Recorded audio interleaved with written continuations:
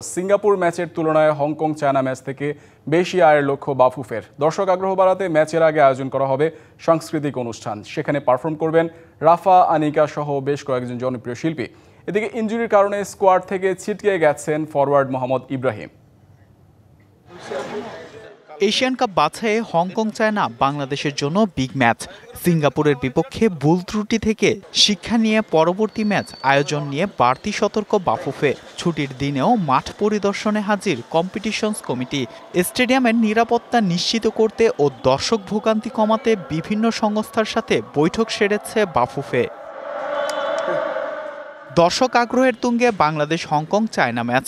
ভক্তদের মাঠমুখী করতে এবার বিশেষ উদ্যোগ নিয়েছে বাফুফে। সেরা ফ্যানদের দেওয়া হবে মুঠোফোন।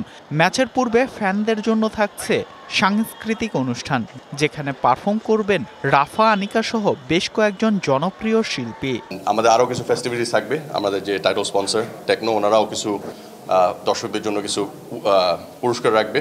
সিলেক্টেড দর্শক ওনারা চুজ করবে। যে অনেক বাইরে স্টেডিয়ামে দেখা যায় যে দর্শক চোজেন দর্শক ক্যামেরাতে বা কোনো একটা কিছু পায়। ওনারা একটা প্ল্যান করছেন, ওনারা জানাবেন আপনাদেরকে। আমার মনে হয় দর্শকদের জন্য একটা ভালো খেলা হবে। প্রি কনসার্টের মধ্যে আমরা কয়েকজনকে রেখেছি, তার মধ্যে আমি একটি নাম বলতে পারবো যে এখন পর্যন্ত আমরা রাফা কনফার্ম হয়েছে, সে এখানে পারফরমেন্স করবে এবং তার সাথে কিছু ড্যান্সের আমরা প্ল্যানিং করছি। এখন আমি পুরোটা বলতে চাচ্ছি না, এটা এক্সাইটেড, এটা আমরা খুব শীঘ্রই সুন আমরা ডিক্লেয়ার করবো এটা কি হতে যাচ্ছে।